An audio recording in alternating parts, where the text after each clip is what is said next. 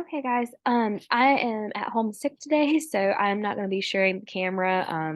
But let's go ahead and get started on what is due for this week. I'm gonna try to keep this short because my voice is not holding up too strong. Um, okay, so we are on week 7, doing our fourth our fourth module. Bear with me. Our fourth module is going to be our first mediums unit. So it'll go over drawing, painting, and printmaking. So let's go ahead and jump over to our module 4 and we'll talk about what all is due for this week. Um, so the first thing obviously is going to be our ed puzzles 8, 9, and 10. And I will just go ahead and warn you, those are a little bit lengthy. They just kind of go over a lot of good vocabulary and content. So expect to spend probably like an hour and a half on those this week. I think that they kind of averaged about 30 minutes each. And then in addition to that, there are also other videos that are ed puzzles as well that you need to watch. So there is the Vanna Black one. I'll go ahead and move this one up a little bit. The Vanna Black one, intaglio, lithography, and printmaking for a social movement. And each of those are probably, I would say, 6 to 10 minutes long. So yeah, just spend some time this week. This is going to be a pretty bulky week, but expect to spend some time on those ed puzzles for this week. And remember, even if it's not like me talking to you doing the lecture, these still count as like your participation credit. So make sure that you do those for full credit. So let's go back over to our other assignments for this week. We also have quiz 4 going on and just some general reminders there because it seems like we've been having some trouble with that. Make sure that you are, when you take the quiz, that you are ready to attempt the quiz. You're not opening it and then, having to walk away or anything like that. Just make sure you have 20 uninterrupted minutes where you can take this test. And usually, it doesn't even take you that long, but you need to make sure that you allow yourself enough time to finish this in one sitting. Also, just some general reminders, make sure that you don't click away from the page and that you do not accidentally exit out or jump to another page.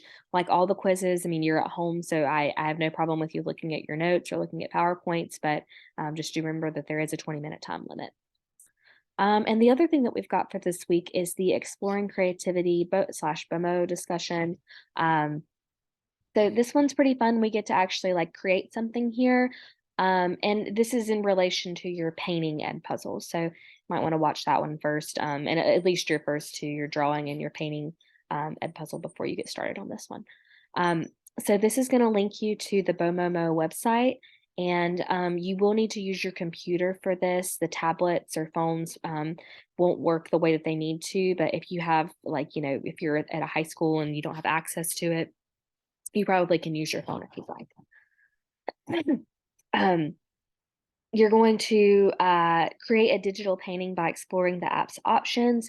Note that the width and color of the marks varies depending on how long you hold the mark, and try to build layers by using at least 15 marks to fill the space completely. Don't try to make anything representational. That's the thing that you try to do first probably is do a picture of a sun and a sky and the ground.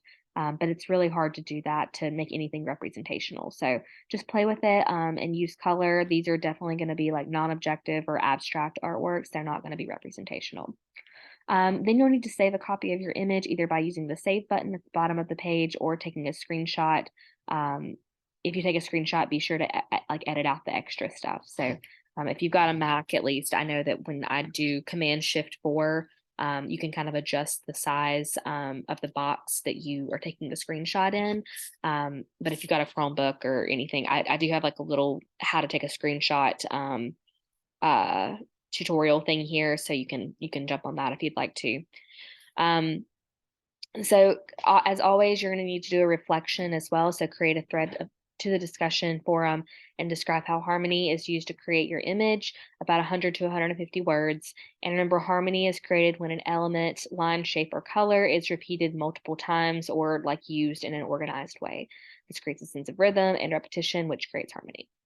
And then you'll need to respond to a classmate thoughtfully and use language from lesson 9.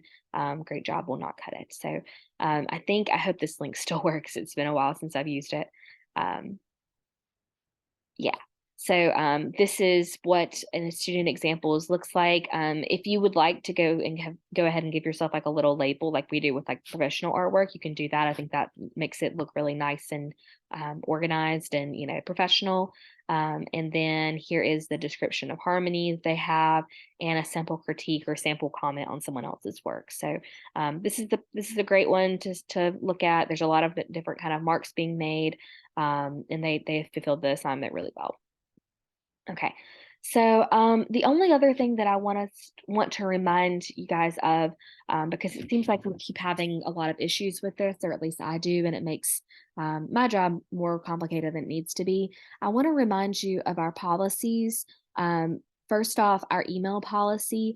I'm getting more and more emails where students are not giving me their section number. They're not using Netiquette. So, the big thing here is that you don't want to use email like texting. That's really, really important to me that you don't just, email me and you say, when is it due? Or, my quiz 4 isn't showing up. Why do I have a 0 for that? And you don't tell me who you are. You don't tell me, any information like that. You just expect me to know what you're talking about, which, like I said, let's pull down my tab here. This is all of the sections that I have going on that are all art appreciation. And so I unfortunately, I probably know your name to some degree, but I'm not going to remember what section number you are. So I'm going to have to go through all of those different uh, class list and find who you are. And it's just, it's a much more lengthy process than it needs to be. Additionally, I'm having some issues with students emailing me on their personal emails and not on their Gaston College emails. So as you know, I'm trying to not just totally not respond to those emails and instead send you the email policy stating what, I'm allowed to do and what I can do.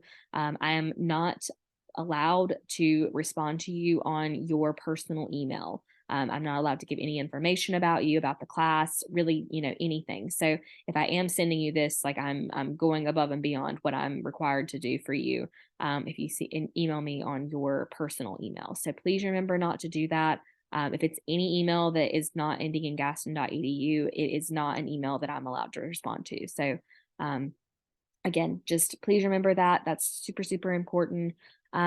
Additionally, another policy, which is not listed here, but in my syllabus, and I went over in the virtual orientation, unless you have outstanding circumstances needing late work, if there's like a doctor's note that you can provide to me that like excuses you, not only just a doctor's note that's like, you went to the doctor, but it needs to excuse you for like several days. If it says this person's good to go back to school on this day, that's what I'm looking at there. It's not just like you went to the doctor and like here's the proof that says that you were at the doctor. It needs to say, this person is excused for however many days it needs to be.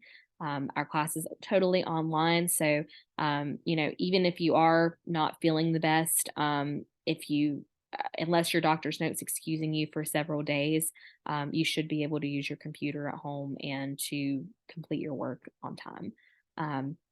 Or if it's something else like that's like, outstanding circumstances. And normally when I say that, I mean that like, not only you, but like your advisor is making me aware, and it's something that's like really out of the ordinary. It's not just that, you didn't get home until 11 o'clock and so you didn't have time to finish the assignments, or you went to a Super Bowl party or something like that.